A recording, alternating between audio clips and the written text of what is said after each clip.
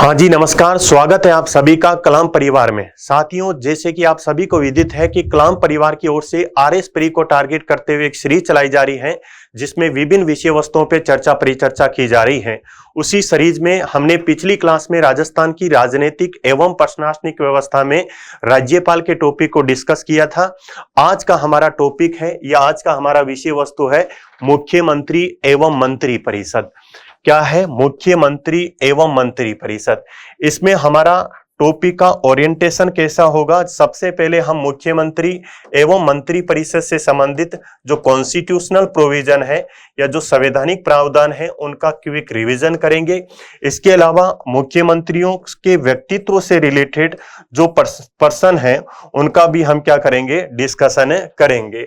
तो कहने का तात्पर्य व्यक्तित्व भी आ जाएंगे और हम संवैधानिक प्रावधानों को भी समझ लेंगे।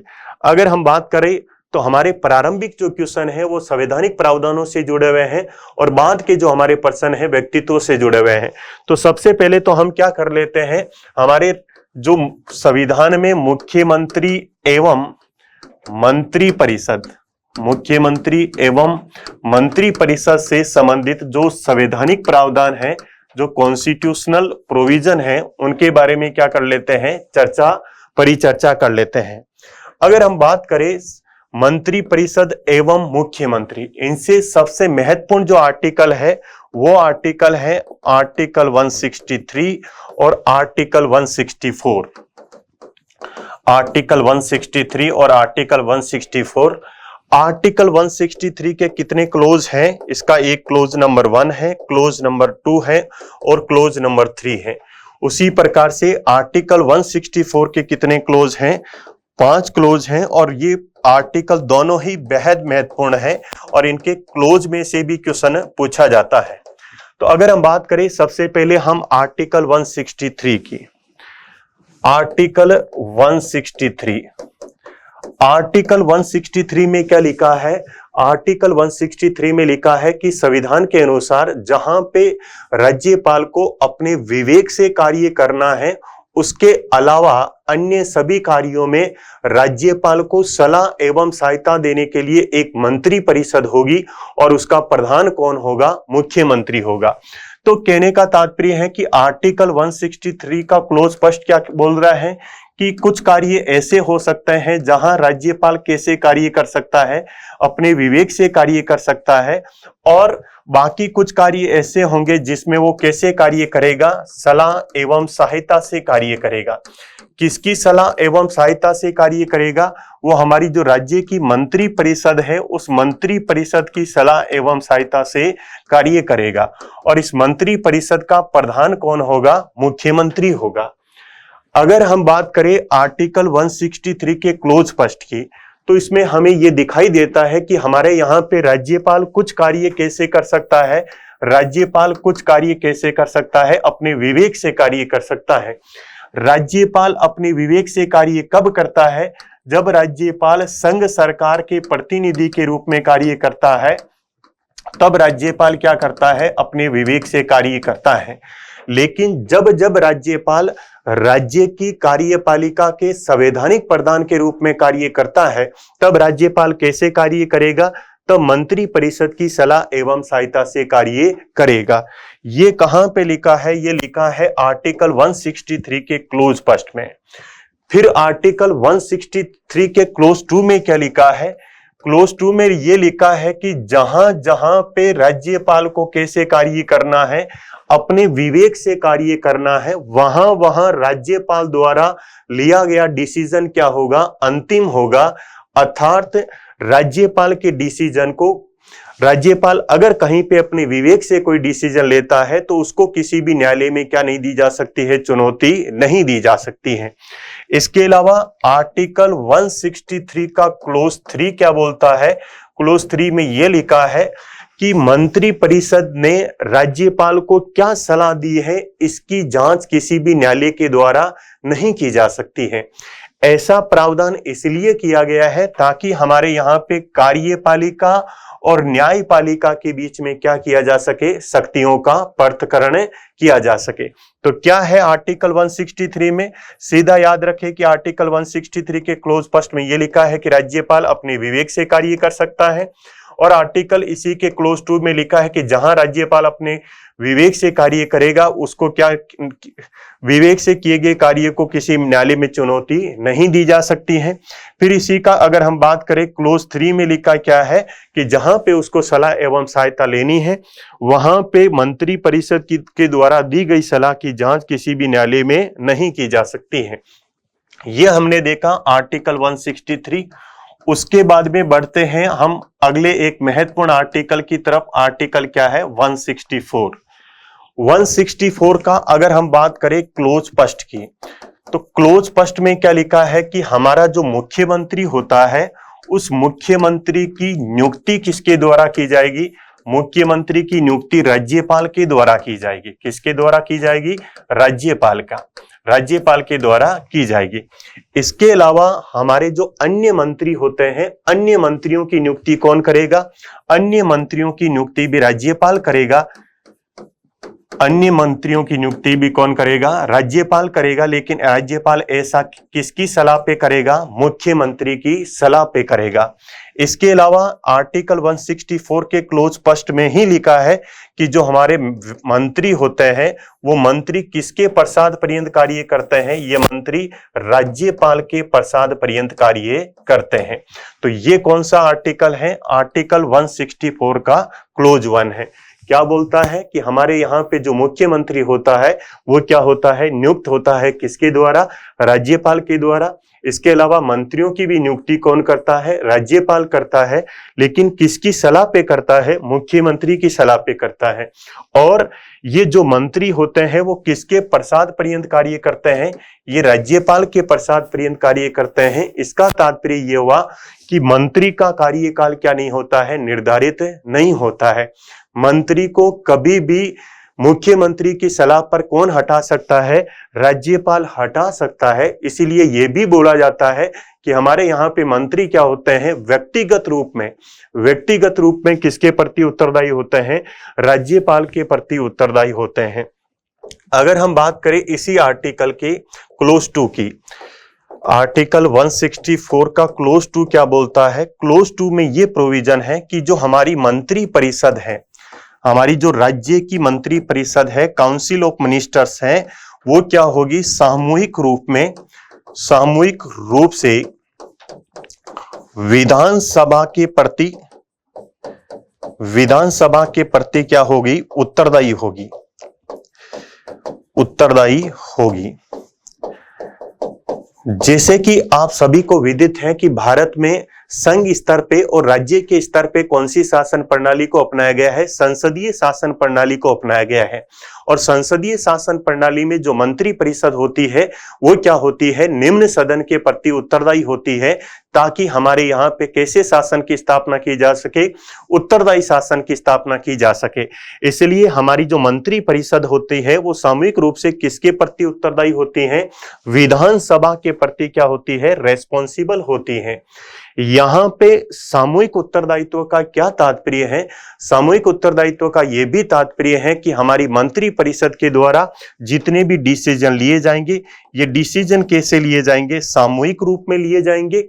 और अगर मंत्री परिषद ने किसी भी प्रकार का डिसीजन ले लिया है तो उसके निर्णयों को सभी मंत्रियों को क्या करना होगा, स्वीकार करना होगा। और कोई भी मंत्री परिषद के द्वारा लिए गए निर्णय का पब्लिक स्पेयर में क्या नहीं कर सकता है, विरोध नहीं कर सकता है। इसके अलावा सामूहिक उत्तरदायित्व का यह भी तात्पर्य होता है कि अगर मंत्री परिषद के विरुद्ध विधानसभा में अविश्वास प्रस्ताव लेके आना है तो पूरी मंत्री परिषद के विरुद्ध लाया जाएगा। और यदि विधानसभा में अविश्वास प्रस्ताव क्या हो जाता है, पारित हो जाता है, तो पूरी विधानसभा को क्या देना, पूरी मंत्री परिषद को क्या देना होगा, त्याग पत्र देना होगा। इसलिए कहा भी जाता है कि संसदीय शासन प्रणाली में मंत्री साथ साथ तैरते हैं और साथ साथ क्या होते हैं, डूबते हैं। अगर हम बात करें आर्टिकल 164 के क्लोज 3 की, आर्टिकल 164 का क्लोज 3 में क्या है कि मंत्रियों के शपथ या मंत्रियों का क्या प्रतिज्ञान। तो पहली बात तो इनको शपथ किसके द्वारा दिलाई जाएगी, शपथ दिलाई जाएगी राज्यपाल के द्वारा। शपथ का उल्लेख कहां पे है, यानी कि शपथ का प्रारूप कहां पे उल्लेख है, संविधान की 3री अनुसूची में उल्लेख किया गया है। इसके अलावा जो हमारे यहाँ पे मंत्री हैं वो मंत्री 2 शपथ लेते हैं, एक तो शपथ लेते हैं पद की शपथ लेते हैं और दूसरी कौन सी शपथ लेते हैं, गोपनीयता की शपथ लेते हैं। ये क्वेश्चन आप ध्यान में रखें कि गोपनीयता की शपथ केवल मंत्री के द्वारा ली जाती है, चाहे वो मंत्री संघ स्तर का है, चाहे वो मंत्री क्या है, राज्य स्तर का है। तो क्या बताइएगा, प्रधानमंत्री और मुख्यमंत्री भी गोपनीयता की शपथ लेते हैं क्या? हाँ बिल्कुल लेते हैं, क्योंकि वो भी क्या है, एक प्रकार के मंत्री हैं। तो प्रधानमंत्री भी गोपनीयता की शपथ लेगा, मुख्यमंत्री भी गोपनीयता की शपथ लेगा और सभी मंत्री क्या लेते हैं, गोपनीयता की शपथ लेते हैं। उसके बाद में अगर हम बात करें आर्टिकल 164 के क्लोज 4 की, आर्टिकल 164 के क्लोज 4 में यह लिखा है, यदि कोई व्यक्ति राज्य विधानमंडल के किसी भी सदन का सदस्य नहीं है, राज्य विधानमंडल के किसी भी सदन का सदस्य नहीं है, तो भी उसको क्या किया जा सकता है, मंत्री के रूप में क्या किया जा सकता है, नियुक्त किया जा सकता है। मंत्री के रूप में क्या किया जा सकता है, नियुक्त किया जा सकता है। लेकिन कंडीशन ये अप्लाई है कि 6 माह के भीतर उसे क्या करना होगा, या तो राज्य विधानसभा का सदस्य बनना होगा या राज्य विधान परिषद का क्या बनना होगा, सदस्य बनना होगा। ऐसा इसलिए है कि हमारे यहाँ पे संसदीय शासन प्रणाली है, तो संसदीय शासन प्रणाली है तो यहाँ पे मंत्री परिषद का गठन किसमें से किया जाता है, विधायिका में से किया जाता है, अर्थात राज्य की विधायिका का नाम क्या है, राज्य विधानमंडल। इसका तात्पर्य यह भी हो गया कि यदि कोई व्यक्ति किसी भी सदन का सदस्य नहीं है तो उसको क्या किया जा सकता है, मुख्यमंत्री के रूप में नियुक्त भी किया जा सकता है। राजस्थान के ऐसे कौन कौन से मुख्यमंत्री रहे हैं जो किसी भी सदन के सदस्य नहीं रहे हैं, फिर भी उनको क्या किया गया है, मुख्यमंत्री के रूप में नियुक्त किया गया है, उसकी चर्चा करेंगे हम आगे। उसके अलावा एक आर्टिकल यानी इसका एक क्लोज और है, क्लोज नंबर 5। क्लोज नंबर 5 में क्या लिखा है कि मंत्रियों को जो वेतन भत्ते दिए जाएंगे और विभिन्न प्रकार की जो सुविधाएं दी जाएगी उनके बारे में उल्लेख कहां पे है, आर्टिकल 164 के क्लोज 5 में लिखा हुआ है। ये लिखा है कि मंत्री परिषद के जो सदस्य हैं या मंत्री हैं उनके वेतन भत्तों का निर्धारण किसके द्वारा किया जाएगा, राज्य विधानमंडल के द्वारा किया जाएगा। लेकिन जब तक राज्य विधानमंडल ये निर्धारित नहीं कर देती है तब तक संविधान की 2री अनुसूची में उल्लेखित प्रावधानों के अनुसार इनको क्या दिए जाएंगे, वेतन भत्ते दिए जाएंगे। तो क्या डिस्कस किया हमने, आर्टिकल 164 के क्लोज 1 में तो क्या लिखा है, मुख्यमंत्री की नियुक्ति और मंत्रियों की नियुक्ति और व्यक्तिगत रूप से उत्तरदायी इसी में लिखा है। क्लोज 2 में क्या लिखा है, सामूहिक उत्तरदायित्व की बात लिखी है। क्लोज 3 में क्या लिखा है, शपथ की बात लिखी है। क्लोज 4 में क्या लिखा है, क्लोज 4 में लिखा है यदि कोई व्यक्ति किसी भी सदन का सदस्य नहीं है तो भी उसको क्या बनाया जा सकता है, मंत्री बनाया जा सकता है। उसके बाद में क्लोज 5 में क्या है, इनके वेतन और भत्ते। लेकिन यहाँ पे एक महत्वपूर्ण आर्टिकल ये भी हो जाता है कि आर्टिकल 164 का जो क्लोज 1 है उसमें एक क्या किया गया, संविधान संशोधन किया गया। कौन सा संविधान संशोधन किया गया, 91 कॉन्स्टिट्यूशन अमेंडमेंट 2003 में किया गया। और ये किया गया जब एनडीए की सरकार थी, अटल जी की सरकार थी उनके समय। इस संविधान संशोधन की सहायता से क्या किया गया, इस संविधान संशोधन की सहायता से एक आर्टिकल जोड़ा गया, आर्टिकल 164(1) का कैपिटल ए।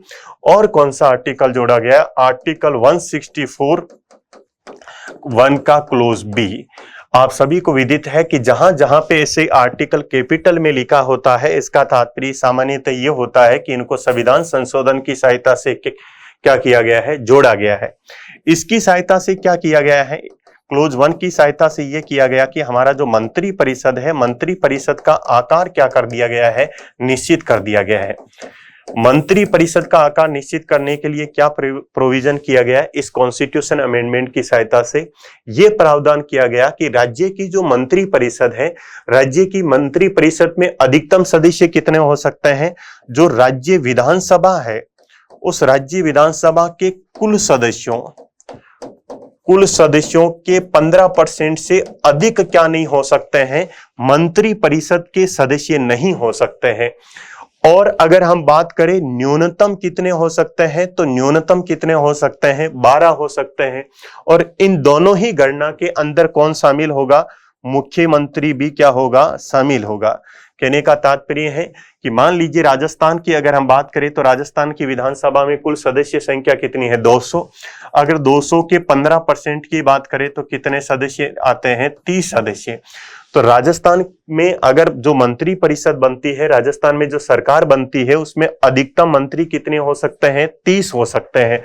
और इसमें मुख्यमंत्री भी क्या है, शामिल है। ये याद रखें कि ये 30 सदस्य क्या है, मुख्यमंत्री सहित हैं।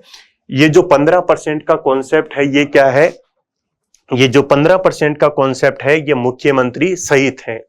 इसके अलावा इसी संविधान संशोधन की सहायता से एक आर्टिकल, ये क्लोज बी भी जोड़ा गया, जिसमें यह प्रावधान किया गया कि यदि किसी व्यक्ति को क्या किया जाता है, किसी व्यक्ति को दल बदल के आधार पर विधायक पद से क्या बता दिया जाता है, अयोग्य बता दिया जाता है, या विधानमंडल के सदस्य से क्या बता दिया जाता है, अयोग्य बता दिया जाता है, तो वो व्यक्ति क्या होगा, मंत्री पद से भी क्या होगा, अयोग्य होगा।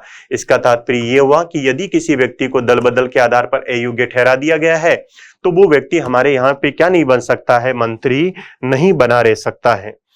तो ये आर्टिकल हमने डिस्कस किए हैं। इसके अलावा भी कुछ आर्टिकल और होंगे तो हम इसी डिस्कशन में शामिल कर लेंगे। अब बढ़ते हैं हम हमारे क्वेश्चन की तरफ। अगर हम बात करते हैं क्वेश्चन नंबर 1 की, क्वेश्चन नंबर 1 में क्या लिखा है कि निम्न कथनों को पढ़कर सही विकल्प का चयन करें। पहला क्वेश्चन है कि आर्टिकल 163 के अनुसार राज्यपाल को सहायता एवं सलाह देने के लिए, यानी कि एड एंड एडवाइस देने के लिए क्या होगी, एक मंत्री परिषद होगी। सही बात है, आर्टिकल 163 के क्लोज फर्स्ट में यही लिखा है कि राज्यपाल को एड एंड एडवाइस देने के लिए क्या होगी, एक मंत्री परिषद होगी। और जिसका प्रधान कौन होता है, मंत्री परिषद का प्रधान कौन होता है, मुख्यमंत्री होता है।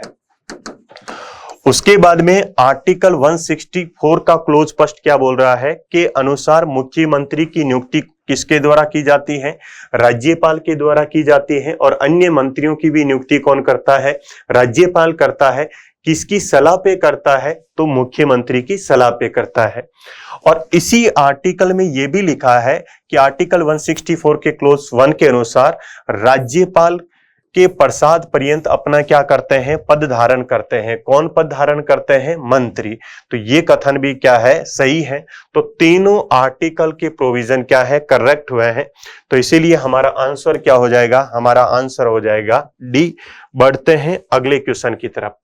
अगला क्वेश्चन क्या है कि भारतीय संविधान के किस अनुच्छेद के अंतर्गत राज्य मंत्रिमंडल, यानी कि जो हमारी स्टेट की जो काउंसिल ऑफ मिनिस्टर्स है, अपने कार्यों के लिए विधानसभा के प्रति क्या होती है, सामूहिक रूप से यानी कि कलेक्टिवली क्या होती है, उत्तरदायी होती है, रेस्पॉन्सिबल होती है। ये कौन से आर्टिकल में, अभी अभी हमने डिस्कस किया कि आर्टिकल 164 के क्लोज 2 में ये लिखा है कि हमारी जो राज्य की मंत्री परिषद है, वो राज्य की मंत्री परिषद क्या होगी, हमारी राज्य विधानसभा के प्रति क्या होगी, सामूहिक रूप से उत्तरदायी होगी। तो हमारा आंसर क्या होगा, आर्टिकल 164 का क्लोज 2।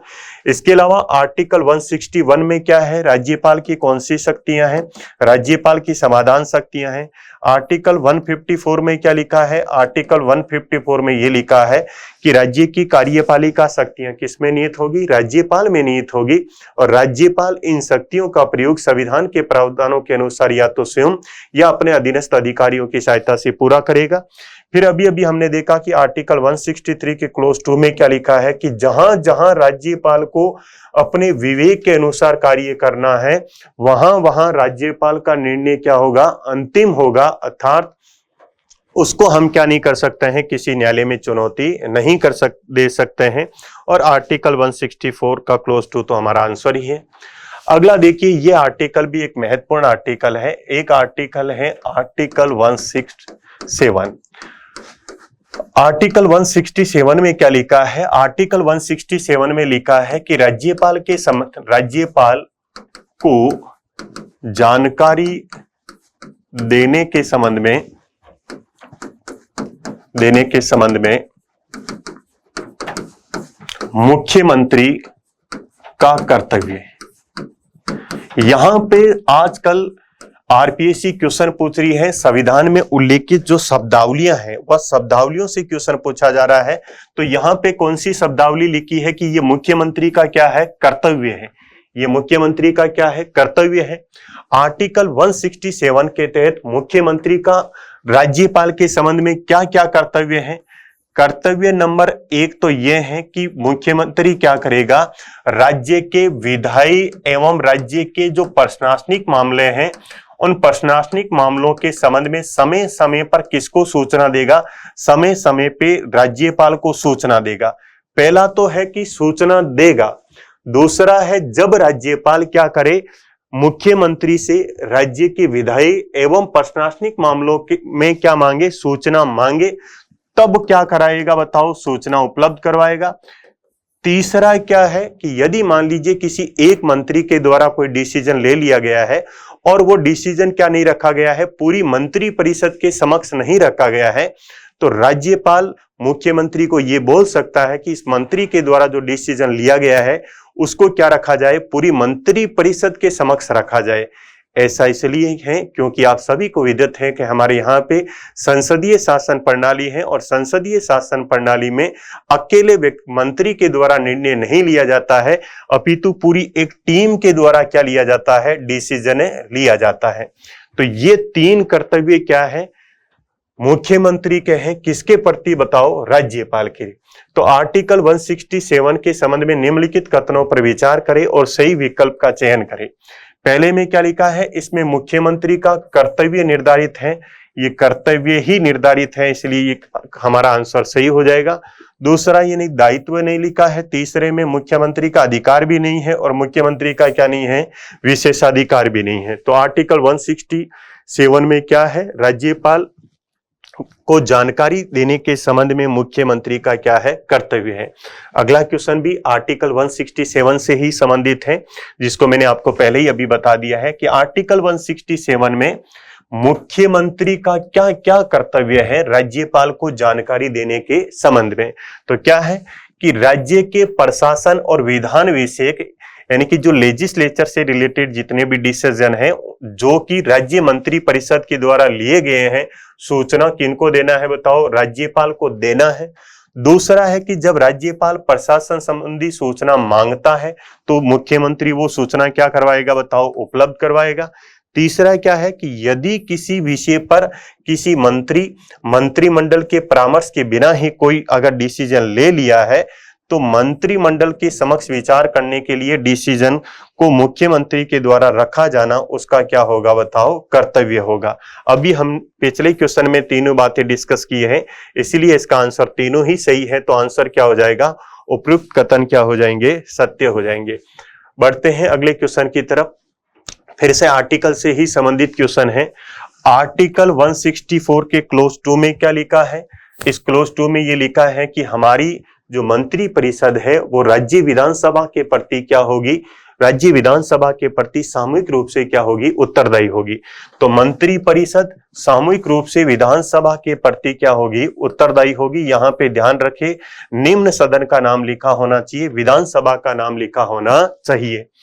दूसरा है आर्टिकल 164 के क्लोज 3 में क्या है, शपथ है। तो यहाँ पे राज्यपाल तीसरी अनुसूची में दिए गए प्रारूप के अनुसार मंत्री को क्या करेगा, पद एवं गोपनीयता की शपथ दिलाएगा। ये कथन भी क्या हो जाएगा, सही हो जाएगा। अगला क्या है कि आर्टिकल 160 के क्लोज 4 में क्या था, क्लोज 4 में यह था कि यदि कोई व्यक्ति किसी भी सदन का क्या नहीं है, सदस्य नहीं है, तो उस व्यक्ति को क्या बनाया जा सकता है, मंत्री भी बनाया जा सकता है और मुख्यमंत्री भी बनाया जा सकता है। तो यहाँ पे क्या दे रखा है, वेतन भत्ते। वेतन भत्तों वाली बात कहाँ लिखी है, आर्टिकल 164 के कहाँ पे लिखी है, क्लोज 5 पे लिखी है। तो इसीलिए ये क्या पूछा है, सम्मिलित पूछा है, तो आंसर क्या हो जाएगा, ये हो जाएगा। इसके अलावा आर्टिकल 164 का क्लोज 1 का ही सब क्लोज ए, ये कौन से संविधान संशोधन की सहायता से जोड़ा गया, 91 कॉन्स्टिट्यूशन अमेंडमेंट की सहायता से जोड़ा गया। जिसकी सहायता से मंत्री परिषद का आकार क्या कर दिया गया, निश्चित कर दिया गया। क्या प्रावधान किया गया, मंत्रियों का आकार 91 कॉन्स्टिट्यूशन अमेंडमेंट के द्वारा अधिकतम व न्यूनतम सीमा क्या कर दी गई, निर्धारित कर दी गई। राजस्थान में अधिकतम मंत्री मुख्यमंत्री सहित कितने हो सकते हैं, 30 हो सकते हैं। और राजस्थान में मुख्यमंत्री सहित न्यूनतम कितने हो सकते हैं मंत्री परिषद में सदस्य, 12 हो सकते हैं।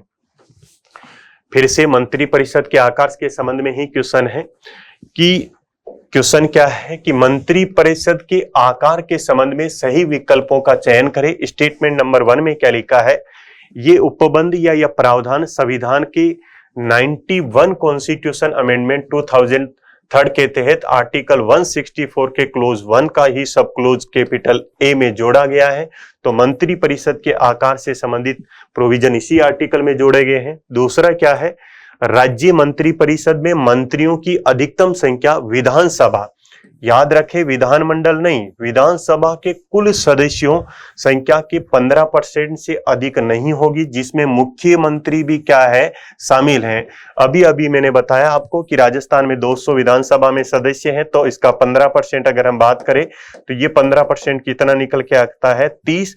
तो राजस्थान में अधिकतम 30 क्या हो सकते हैं, मुख्यमंत्री सहित क्या हो सकते हैं, मंत्री परिषद के सदस्य हो सकते हैं।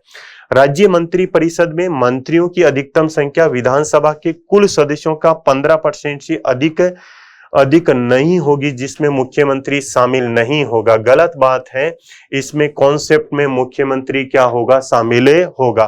तो ये क्या हो गया, गलत हो गया, ये भी सही हो गया। किसी राज्य में मुख्यमंत्री सहित मंत्रियों की संख्या 12 से क्या नहीं हो सकती है, कम नहीं हो सकती है। राजस्थान में 12 न्यूनतम हो सकती है और अधिकतम कितनी हो सकती है, 30, जिसमें मुख्यमंत्री भी क्या है, शामिल है। तो 3 नंबर वाला हमारा गलत है, तो ये गलत हो गया, ये गलत हो गया और 1 2 4 क्या है, सही है। तो हमारा आंसर क्या हो जाएगा, हमारा आंसर हो जाएगा डी। बढ़ते हैं फिर से अगले क्वेश्चन की तरफ। क्वेश्चन नंबर 7, क्वेश्चन नंबर 7 में क्या लिखा है, किस अनुच्छेद में यह प्रावधान है कि दल बदल के आधार पर अयोग्य सदस्य मंत्री नहीं बन सकता है। अभी अभी मैंने आपको बताया कि 91 कॉन्स्टिट्यूशन अमेंडमेंट 2003 की सहायता से 2 आर्टिकल जोड़े गए। हमारे यहाँ पे आर्टिकल 164 का क्लोज 1 का सब क्लोज ए और आर्टिकल 164 का क्लोज 1 का सब क्लोज बी। इसमें यह प्रावधान किया गया कि यदि किसी व्यक्ति को दल बदल के आधार पर क्या ठहरा दिया गया है, राज्य विधानसभा के सदस्यों से क्या ठहरा दिया गया है, अयोग्य ठहरा दिया गया है, तो वो व्यक्ति क्या नहीं बन सकता है, वो व्यक्ति क्या नहीं बन सकता है, मंत्री नहीं बन सकता है। तो ये प्रोविजन कहां पे है, बी वाले में है। तो ये हमारा आंसर कौन सा हो जाएगा, सी हमारा आंसर हो जाएगा। फिर से बढ़ते हैं अगले क्वेश्चन की तरफ। अगला क्वेश्चन है हमारे यहाँ पे संसदीय सचिव। संसदीय सचिव किसके समक्ष शपथ लेता है। देखिए हमारे यहाँ पे मंत्रियों की अगर श्रेणी की बात करें तो मंत्री कितने प्रकार की श्रेणियां होती हैं, 3 प्रकार के मंत्री होते हैं। एक मंत्री होता है कैबिनेट मंत्री। कैबिनेट मंत्री वह मंत्री होता है जो राज्य में किसी विभाग का क्या होता है, हेड होता है, उसको हम क्या बोलते हैं, कैबिनेट मंत्री बोलते हैं। और इसी कैबिनेट मंत्री की सहायता करने के लिए हम बनाते हैं एक राज्य मंत्री। कौन सा मंत्री बनाते हैं, राज्य मंत्री। लेकिन कभी कभी एक मंत्री का नाम सुना होगा आपने, स्वतंत्र प्रभार वाला राज्य मंत्री। स्वतंत्र प्रभार वाला राज्य मंत्री का तात्पर्य है कि यदि किसी विभाग में क्या नहीं है, कैबिनेट मंत्री नहीं है और उसमें केवल राज्य मंत्री है, तो हम राज्य मंत्री को कौन सा मंत्री बोलेंगे, स्वतंत्र प्रभार वाला राज्य मंत्री बोलेंगे। और एक मंत्री कौन सा मंत्री है, उप मंत्री। मैंने जो आपको ये बताया है कि राजस्थान में अधिकतम मुख्यमंत्री सहित 30 मंत्री परिषद में सदस्य हो सकते हैं। इसमें कौन कौन से मंत्री शामिल हो सकते हैं, कैबिनेट मंत्री, राज्य मंत्री और कौन सा मंत्री, उप मंत्री। लेकिन हमारे देश में राजनीतिक समायोजन के लिए एक पद और चलता है जिसको हम बोलते हैं संसदीय सचिव। पहली बात तो संसदीय सचिव मंत्री परिषद में क्या नहीं होंगे, शामिल नहीं होंगे। दूसरी बात कि मंत्री परिषद, ये जो संसदीय सचिव है ये कोई अधिकारी नहीं होते हैं, अपितु ये क्या होते हैं, हमारे यहाँ पे विधायक ही होते हैं। ये विधायक क्या करते हैं, विधानसभा में सरकार को विभिन्न कार्यों में क्या करते हैं, सहायता करते हैं। उनके लिए किनको नियुक्त किया जाता है? संसदीय सचिव को नियुक्त किया जाता है। अब आप सभी को पता है कि इनकी नियुक्ति अगर करनी है तो ये नियुक्ति कौन करेगा? ये नियुक्ति करेगा राज्यपाल। अगर इनको शपथ दिलाना है तो शपथ भी कौन दिलाएगा? राज्यपाल। लेकिन जो संसदीय सचिव है, इन संसदीय सचिव को शपथ कौन दिलाता है और इसकी नियुक्ति कौन करता है? तो इसकी नियुक्ति एवं शपथ किसके द्वारा दिलाई जाती है? इनको मुख्यमंत्री के द्वारा। किसके द्वारा? मुख्यमंत्री के द्वारा। फिर से ध्यान रखें कि इन 30 मंत्री, हमारे राजस्थान में अधिकतम जो 30 हो सकते हैं, उसमें कौन से मंत्री शामिल नहीं है? जो संसदीय सचिव है वो शामिल नहीं है। संसदीय सचिव का कॉन्सेप्ट हमारे यहाँ पे चौथी विधानसभा में मोहनलाल सोकाड़िया सरकार के द्वारा प्रारंभ किया गया। बढ़ते हैं अगले क्वेश्चन की तरफ कि राजस्थान में राज्य मंत्री जिसके पास में किसी विभाग या उसकी निर्दिष्ट शाखाओं का स्वतंत्र प्रभार है, किसके अनुमोदन से उस विभाग या यथास्थिति उसकी निर्दिष्ट शाखाओं से संबंधित कार्य उससे संबंध उपमंत्री को आवंटित करेगा। यानी कि क्या बोल रहा है कि हमारे यहाँ पे जो स्वतंत्र प्रभार वाला जो राज्य मंत्री होता है, अगर उसको उपमंत्रियों के बीच में कार्यों का क्या करना है? आवंटन करना है, तो वो ये आवंटन किससे सलाह लेके करेगा या किसके अनुमोदन के बाद में ही करेगा? इसके संदर्भ में हम कुछ कॉन्सेप्ट समझते हैं। कॉन्सेप्ट ये है कि एक हमारे संविधान का आर्टिकल है, आर्टिकल 166 का क्लोज 3। इसमें क्या लिखा है? इसमें ये लिखा है कि राज्यपाल राज्य सरकार के कार्यों को सुविधाजनक बनाने के लिए, आसान बनाने के लिए या फैसिलिटेट करने के लिए क्या करेगा? राज्य सरकार के कार्यों को क्या करेगा? विभिन्न मंत्रियों के बीच में आवंटन का नियम बनाएगा। मंत्रियों के बीच में कार्य आवंटन के नियम किसके द्वारा बनाए जाते हैं? नियम तो बनाए जाते हैं राज्यपाल के द्वारा। और ये नियम बनाने में राज्यपाल किसकी सलाह लेगा? तो निश्चित रूप से किसकी सलाह लेगा? मंत्रियों की सलाह लेगा। दूसरा ये है कि अगर ये पूछा जाए कि मंत्रियों के बीच में विभागों का आवंटन किसके द्वारा किया जाता है, तो विभागों का आवंटन कौन करता है? विभागों का आवंटन करता है हमारे यहाँ पे मुख्यमंत्री। कौन आवंटन करता है? मुख्यमंत्री। तो क्वेश्चन यही है कि राज्य मंत्री किसके अनुमोदन के बाद में उप मंत्रियों को कार्य आवंटन करेगा? तो किसके अनुमोदन के बाद में? मुख्यमंत्री के बारे में।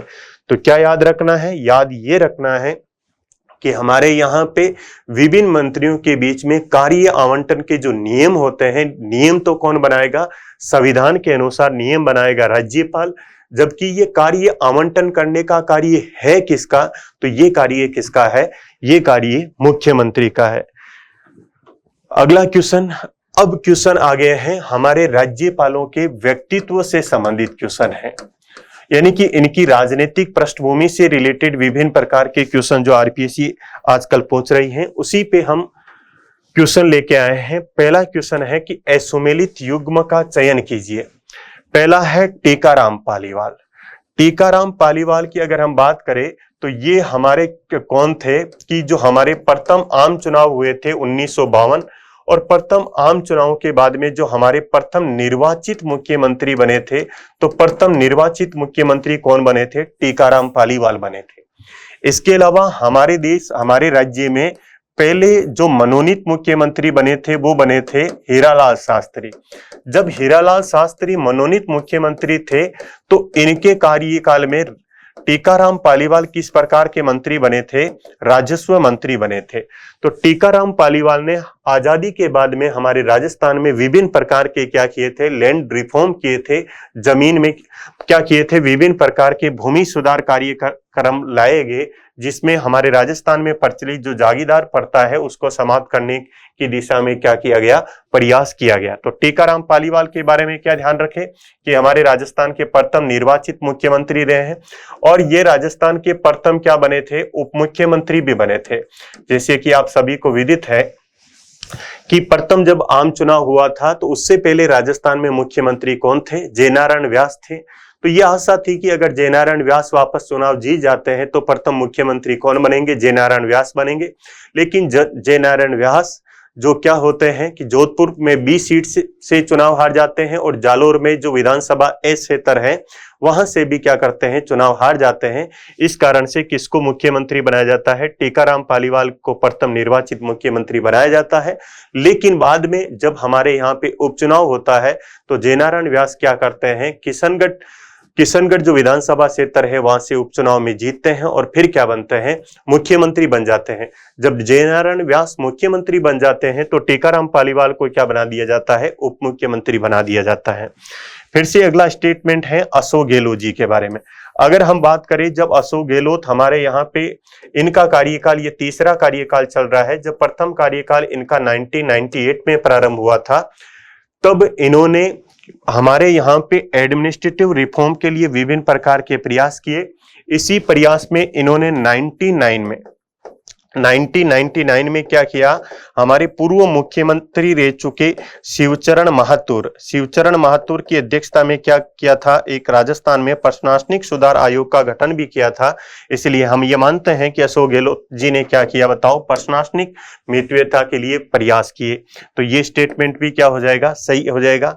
इसके अलावा भैरू सिंह शेखावत जब हमारे यहाँ पे 1977 से 1980 के अंदर मुख्यमंत्री बने, प्रथम बार इनका कार्यकाल, और दूसरी बार ये बने 1990 से 92, और तीसरी बार बने थे 93 से 98। जब ये इस कार्यकाल में बने थे तो इन्होंने एक योजना प्रारंभ की जिसका नाम था अंत्योदय योजना। इसके अलावा नंबर डी में लिखा है जयनारायण व्यास माही बांध परियोजना की अगर हम बात करें तो इसका जो श्रेय जाता है वो जाता है हरिदेव जोशी जो स्वयं कौन से क्षेत्र से आते थे, बांसवाड़ा क्षेत्र से आते थे। तो इन्होंने देखा था कि जब हमारी बारिश होती थी तो बांसवाड़ा जिला क्या होता था, इस माही नदी के कारण राजस्थान से इसका काटाव हो जाता था। तो इसीलिए हरिदेव जोशी के समय कौन सी परियोजना चलाई गई, माही बांध परियोजना चलाई गई। तो इसमें हमारा आंसर इस जयनारायण व्यास की जगह क्या होना चाहिए था, हरिदेव जोशी होना चाहिए था। अगला क्वेश्चन, निम्नलिखित में से कौन सा युग्म सही सुमेलित नहीं है। एक तरफ राजस्थान के मुख्यमंत्री लिखे हैं और दूसरी तरफ वह राज्य जहां के उन्होंने मुख्यमंत्री कार्यकाल के पश्चात क्या किया, बताओ, राज्यपाल के पद पे कार्य किया। ये क्वेश्चन आगामी एग्जामों के लिए बेहद महत्वपूर्ण है कि राजस्थान के वह मुख्यमंत्री जो किसी अन्य राज्य के क्या बने थे, राज्यपाल बने थे। ऐसे कितने मुख्यमंत्री हुए हैं, ऐसे 4 मुख्यमंत्री हुए हैं। एक मुख्यमंत्री का नाम है मोहनलाल सुखाड़िया, एक मुख्यमंत्री का नाम है हरिदेव जोशी, एक मुख्यमंत्री का नाम है शिवचरण माथुर, एक मुख्यमंत्री का नाम है जगन्नाथ पाड़िया। अगर हम बात करें कि 1954 से 1971 तक तो मोहनलाल सुखाड़िया क्या थे, राजस्थान के मुख्यमंत्री बने थे। लेकिन जब इनको यहां से मुख्यमंत्री पद से हटा दिया गया और इनके स्थान पे किसको बैठा दिया गया, बरकतुल्ला खान को राजस्थान का मुख्यमंत्री बना दिया गया, उस समय इनका राजनीतिक पुनर्वास किया गया और राजनीतिक पुनर्वास के लिए इनको दक्षिण भारत में भेजा गया।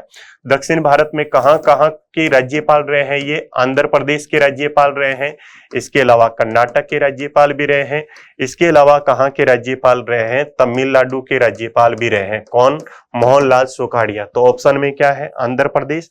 तो ये क्या हो जाएगा, एकदम सुमेलित हो जाएगा। उसके बाद में अगर हम बात करें हरिदेव जोशी, तो हरिदेव जोशी को कहां का राज्यपाल बनाया गया है, हरिदेव जोशी को राज्यपाल बनाया गया है, याद रखिए, असम का। उसके बाद में इनको कहां का राज्यपाल बनाया गया है, पश्चिम बंगाल का भी राज्यपाल बनाया गया था। और इनको कहां का राज्यपाल बनाया गया था, मिजोरम का भी क्या किया गया था, राज्यपाल बनाया गया था। लेकिन यहाँ पे अंश क्या लिखा है, त्रिपुरा। तो त्रिपुरा के ये नहीं बने थे, तो असुमेलित बताना है, तो ये हो जाएगा। लेकिन फिर देख लेते हैं कि शिवचरण माथुर केवल एक ही राज्य के राज्यपाल बने थे, कौन से के, असम राज्य के राज्यपाल बने थे। और अगर हम बात करें जगन्नाथ पाड़िया की, जगन्नाथ पाड़िया हमारे यहाँ पे मुख्यमंत्री बने थे 1980 से 81 तक, यानी कि कुछ ही समय तक रहे थे। और ये राजस्थान के पहले दलित मुख्यमंत्री भी हैं। कौन, जगन्नाथ पाड़िया। इनको कहाँ का राज्यपाल बनाया गया, इनको राज्यपाल बनाया गया बिहार का और हरियाणा का। तो जगन्नाथ पाड़िया कहाँ के राज्यपाल रहे हैं, तो बिहार के रहे हैं और हरियाणा के भी क्या रहे हैं, राज्यपाल रहे हैं। तो ये क्वेश्चन महत्वपूर्ण है, आप ध्यान रखिए। अगला क्वेश्चन है कि आजकल आरपीएससी क्या पूछती है, एक तरफ मुख्यमंत्रियों का नाम दे देते हैं और एक तरफ ये दे देते हैं कि उनके कार्यकाल में कौन कौन से मुख्य सचिव थे, और कभी कभी ये पूछ लिया जाता है कि उनके कार्यकाल में कौन कौन राज्यपाल थे। तो ये क्वेश्चन इस प्रकार का है कि भैरू सिंह शेखावत। तो भैरू सिंह शेखावत की अगर हम बात करें तो ये हमारे यहाँ पे 3 बार मुख्यमंत्री रह चुके हैं। कब कब मुख्यमंत्री बने, एक तो बने थे 1977 से कब तक बने, 1980 तक। आप सभी को पता है कि 1980 में राष्ट्रपति शासन लग गया था।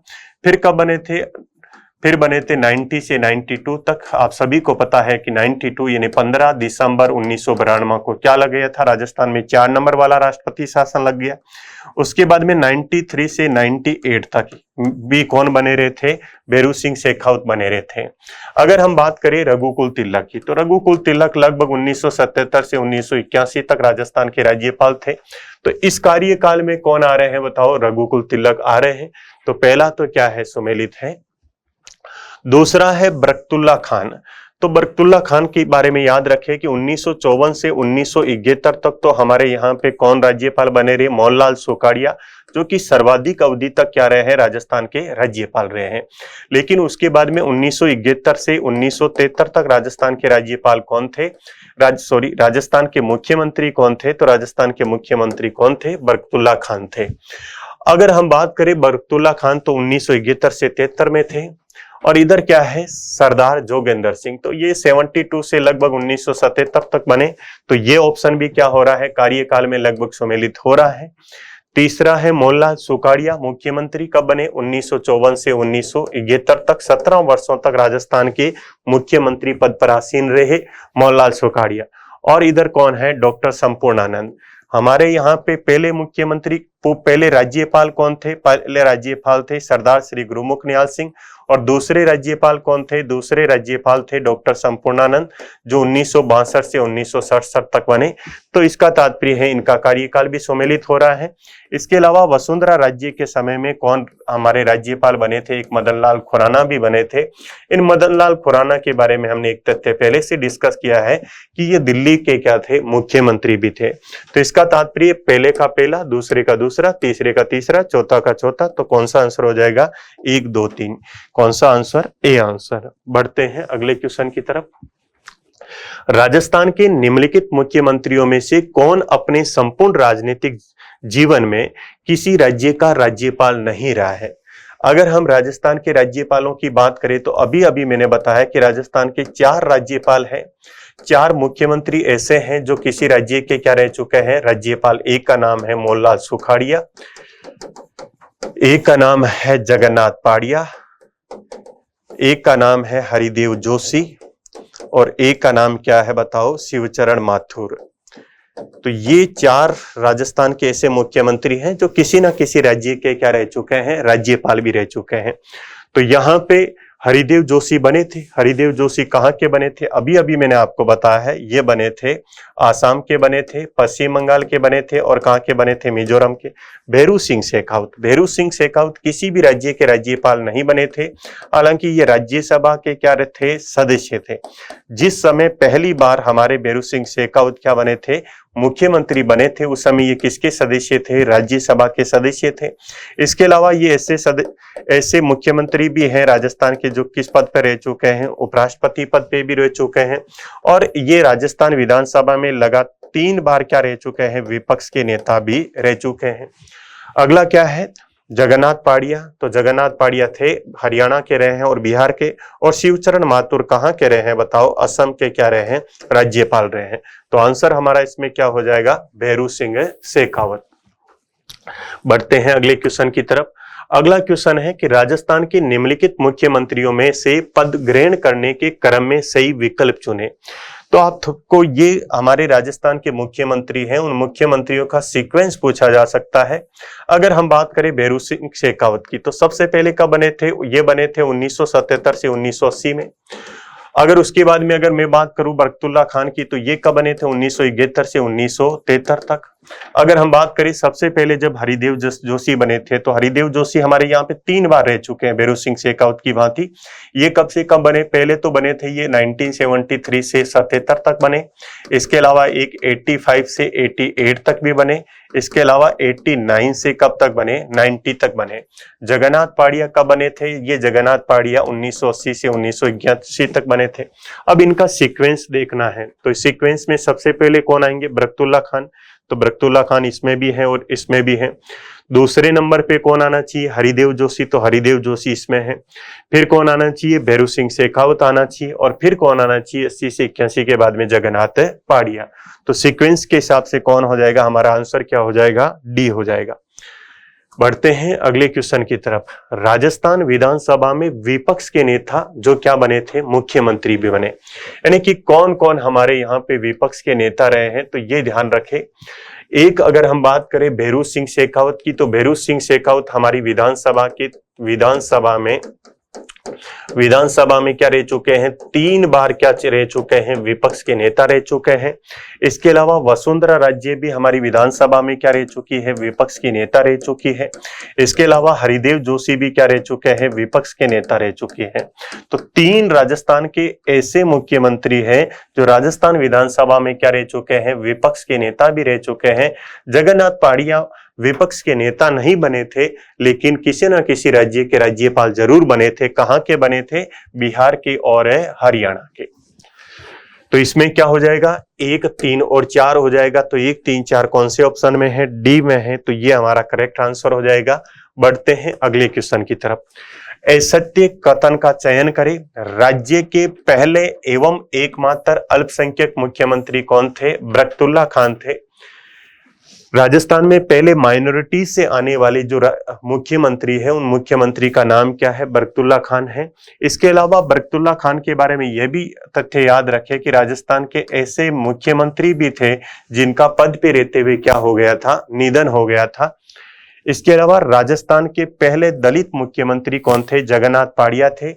तो जगन्नाथ पाड़िया हमारे यहाँ पे कब से कब तक बने थे? 1980 से 1981 में बने थे। यानी कि संजय गांधी के अच्छे मित्र थे, लेकिन संजय गांधी के निधन के बाद में जगन्नाथ पाड़िया का राजनीतिक जीवन का भी क्या हो गया? निधन हो गया।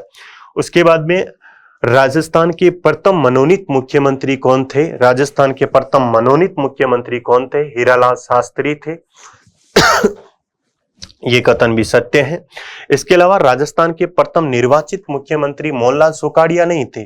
पहले निर्वाचित मुख्यमंत्री कौन थे? पहले निर्वाचित मुख्यमंत्री थे हमारे यहाँ पे टीकाराम पालीवाल। टीकाराम पालीवाल के बाद में कुछ समय के लिए, लगभग 2 वर्षों के लिए कौन बने? जय नारायण व्यास बने। उसके बाद में अगर हम बात करें तो 1954 में कौन बने थे? मोहनलाल सुखाड़िया बने थे। तो ये ऑप्शन क्या हो जाएगा? गलत हो जाएगा। तो हमारा आंसर असत्य बताना था। कौन सा आंसर हो जाएगा? डी। उसके बाद में अगला क्वेश्चन, निम्नलिखित कथनों पर विचार कीजिए। पहला है कि सर्वाधिक कार्यकाल वाले मुख्यमंत्री मोहनलाल सुखाड़िया हैं। आपको मैंने बार बार बताया कि 1954 से लेकर 1971 यानी 17 वर्षों तक राजस्थान के मुख्यमंत्री के रूप में कौन आसीन रहे? कौन रहे? मोहनलाल सुखाड़िया। दूसरा है कि राजस्थान में न्यूनतम कार्यकाल किनका रहा है? हीरालाल देवपुरा का। हाँ, हीरालाल देवपुरा का कार्यकाल कितने दिन का रहा है? केवल मात्र 15 दिन का रहा है, 1985 के आसपास। और इनके बारे में एक महत्वपूर्ण तथ्य याद रखें कि राजस्थान के एकमात्र ऐसे मुख्यमंत्री हैं जो विधानसभा के क्या है? विधानसभा के अध्यक्ष भी रहे हैं। इसके अलावा राजस्थान के ये ऐसे मुख्यमंत्री भी हैं जो हमारा जो राज्य वित्त आयोग है, जो हमारा स्टेट फाइनेंस कमीशन है, उस स्टेट फाइनेंस कमीशन के क्या रह चुके हैं? अध्यक्ष भी रह चुके हैं। कौन? हीरालाल देवपुरा। पहला स्टेटमेंट सत्य, दूसरा भी सत्य। तीसरा, भारत पाक युद्ध के समय मुख्यमंत्री हमारे कौन थे? यहाँ पे बरकतुल्लाह खान थे। हाँ, 1971 से 73 तक कौन थे? बरकतुल्लाह खान थे, लेकिन पद पे रहते हुए उनका क्या हो गया था? निधन हो गया था। 1975 के आपातकाल के समय, यानी कि आप आपको मैंने पीछे भी बताया कि हमने 25 जून 1975 को हमारे यहाँ पे आंतरिक अशांति के आधार पर क्या किया जाता है, राष्ट्रीय आपातकाल की घोषणा की जाती है। जिस समय आंतरिक अशांति के आधार पर राष्ट्रीय आपातकाल की घोषणा की जाती है 1975 में, उस समय राजस्थान में राज्यपाल तो कौन थे, तो राजस्थान में राज्यपाल तो थे जोगेंद्र सिंह। इसके अलावा इस समय राजस्थान में मुख्यमंत्री कौन थे, तो राजस्थान में मुख्यमंत्री कौन थे, हरिदेव जोशी थे, हरिदेव जोशी थे। लेकिन स्टेटमेंट में क्या लिखा है, शिवचरण माथुर, तो ये क्या हो जाएगा, गलत। तो ये सही है लेकिन 4 नंबर वाला गलत है, तो ये गया, ये गया, ये गया, तो हमारा आंसर क्या हो जाएगा, ए हो जाएगा। अगला कौन सा क्वेश्चन है, अगले क्वेश्चन में क्या है, हीरालाल देवपुरा राजस्थान के वह मुख्यमंत्री हैं जो राज्य विधानसभा के क्या रह चुके हैं, अध्यक्ष भी रह चुके हैं। स्टेटमेंट क्या है, सत्य है। अगला है मोहनलाल सुखाड़िया को एक राज्यपाल के द्वारा 2 बार शपथ दिलवाई गई है। क्या है कि मोहनलाल सुखाड़िया हमारे यहाँ पे 17 वर्षों तक क्या बने रहे, 17 वर्षों तक मुख्यमंत्री बने रहे। कब तक बने रहे, ये बने रहे 1954 से लेकर 1971 तक मुख्यमंत्री बने रहे। और आप सभी को पता है कि हमारे यहाँ पे सर्वाधिक अवधि तक जो राज्यपाल बने थे उनका नाम भी क्या है, गुरुमुख निहाल सिंह है। कौन है, गुरुमुख निहाल सिंह। तो सर्वाधिक अवधि तक जो राज्यपाल थे, उन्होंने सर्वाधिक अवधि तक रहने वाले मुख्यमंत्री को कितनी बार शपथ दिलाई, 2 बार शपथ दिलाई। कितनी बार शपथ दिलाई, 2 बार। तो ये कथन सत्य है। सर्वाधिक उप मुख्यमंत्री अशोक गहलोत के कार्यकाल में रहे हैं। कॉन्सेप्ट क्या है, उप मुख्यमंत्री। पहले बात तो याद रखें कि उप मुख्यमंत्री जो शब्दावली है, इसका प्रयोग हमारे संविधान में नहीं है। संविधान में या तो लिखा है मुख्यमंत्री, या क्या लिखा है मंत्री परिषद, या क्या लिखा है, एक आर्टिकल 352 में एक शब्दावली लिखी है मंत्रिमंडल। लेकिन संविधान में कौन सी शब्दावली का प्रयोग नहीं है, मुख्यमंत्री। मुख्यमंत्री का पद हमारे यहाँ पे केवल राजनीतिक समायोजन के लिए बनाया जाता है। जब किसी भी व्यक्ति को उप मुख्यमंत्री बनाया जाता है तो वो उप मुख्यमंत्री के रूप में शपथ नहीं लेता है, वो किसके रूप में शपथ लेता है, एक मंत्री के रूप में शपथ लेता है। अब हम बात करते हैं तो राजस्थान में अभी तक कितने उप मुख्यमंत्री बनाए जा चुके हैं, 5 उप मुख्यमंत्री बनाए जा चुके हैं। अगर हम बात करें सबसे पहले जो उप मुख्यमंत्री बने थे, उनका नाम है हमारे यहाँ पे टीकाराम पालीवाल। अगर दूसरे उप मुख्यमंत्री की बात करें तो उनका नाम है हरिशंकर भाबड़ा, जो जब हमारे भैरू सिंह शेखावत क्या बने थे मुख्यमंत्री, उनके कार्यकाल में रहे हैं। और टीकाराम पालीवाल जय नारायण व्यास के समय रहे हैं। इसके अलावा एक उप मुख्यमंत्री का नाम है बनवारी लाल बेरवा, ये अशोक गहलोत जी के सामने 2003 में बने थे। इसके अलावा एक महिला कमला बेनीवाल, ये कमला बेनीवाल क्या रह चुकी है, हमारे यहाँ पे उप मुख्यमंत्री भी रह चुकी हैं और राजस्थान की पहली क्या महिला मंत्री भी बनी थी। कौन, कमला बेनीवाल। इसके अलावा अभी जो हमारा कार्यकाल चल रहा है मुख्यमंत्री अशोक गहलोत जी का, उस समय कौन बने थे, सचिन पायलट भी क्या बने थे, उप मुख्यमंत्री बने थे। तो उप मुख्यमंत्री कितने रह चुके हैं, 5। टीकाराम पालीवाल, हरिशंकर भाबड़ा, बनवारी लाल बेरवा, कमला बेनीवाल और कौन, सचिन पायलट। इनमें से जो बनवारी लाल बेरवा, कमला बेनीवाल और सचिन पायलट, ये किसके समय रहे हैं, अशोक गहलोत जी के समय क्या रहे हैं, उप मुख्यमंत्री रहे हैं। तो ये स्टेटमेंट भी क्या होगा, सही होगा। वसुंधरा राज्य वह मुख्यमंत्री है जो कभी एमएलए का चुनाव नहीं हारी है, ये कथन भी क्या है, सत्य है। वसुंधरा राज्य हमारी राजस्थान की पहली महिला मुख्यमंत्री भी बनी है। इसके अलावा ये 5 बार क्या रह चुकी है, लोकसभा की सदस्य भी रह चुकी है। और राजस्थान में से सर्वाधिक अवधि तक लोकसभा के सदस्य के रूप में कौन रही है, तो वसुंधरा राज्य रही है, चाहे पुरुष की बात करें चाहे महिला की। इसके अलावा ये 5 बार क्या रह चुकी, 5 बार क्या बन चुकी है, विधायक भी बन चुकी है। इसका तात्पर्य है इनका राजनीतिक कैरियर एक लंबी अवधि का रहा है। क्वेश्चन नंबर अगला, तो इस क्वेश्चन में अगर हम सही क्वेश्चन की हमारा बात करें तो सभी ऑप्शन क्या हो गए, बताओ, सही हो गए। तो हमारा आंसर क्या हो जाएगा, बताओ, सभी कथन क्या हो जाएंगे, सत्य। अगला क्वेश्चन क्या है, राजस्थान के वह मुख्यमंत्री जो मुख्यमंत्री नियुक्त होने से पहले, यानी कि जब वो यहाँ पे मुख्यमंत्री बने, वो क्या नहीं थे बताओ? राजस्थान के वह मुख्यमंत्री जो मुख्यमंत्री नियुक्त होने से पहले एमएलए नहीं थे, विधायक नहीं थे। देखिए इसका हम कॉन्टेक्स्ट देखते हैं। मैंने अभी आपको बताया एक आर्टिकल 164 का क्लोज 4, ये क्या कहता है कि यदि कोई व्यक्ति राज्य विधानमंडल के किसी भी सदन का सदस्य नहीं है तो भी राज्यपाल उसको क्या कर सकता है? मंत्री या मुख्यमंत्री के रूप में नियुक्त कर सकता है। लेकिन कंडीशन अप्लाई ये है कि 6 माह के भीतर उसको राज्य विधानमंडल की क्या लेनी होगी? सदस्यता लेनी होगी। और जैसे आप सभी को विदित है कि राजस्थान में तो एक ही सदन है, इसका तात्पर्य यह है कि 6 माह के भीतर भीतर उसको विधानसभा की सदस्यता क्या करनी होगी? ग्रहण करनी होगी।